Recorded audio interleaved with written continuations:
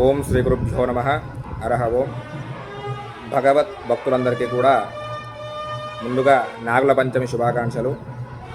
మరి ఈ నాగుల పంచమి రోజు ముఖ్యంగా ఎవరికైతే సర్పదోషాలు ఉన్నాయో అట్టివారు, అదేవిధంగా సర్పదోషాల వల్ల కానివ్వండి, కుజదోషం వల్ల కానివ్వండి, సంతానం ఆలస్యం కావడం కానివ్వండి, అదేవిధంగా వివాహం ఆలస్యం కావడం జరుగుతూ ఉంటే అట్టివారు మరి ఈరోజు ఉపవాస దీక్షను పాటించి అమ్మవారికి ఆరాధన చేసినట్టయితే వారి యొక్క దోష పరిహారం జరుగుతూ ఉంది.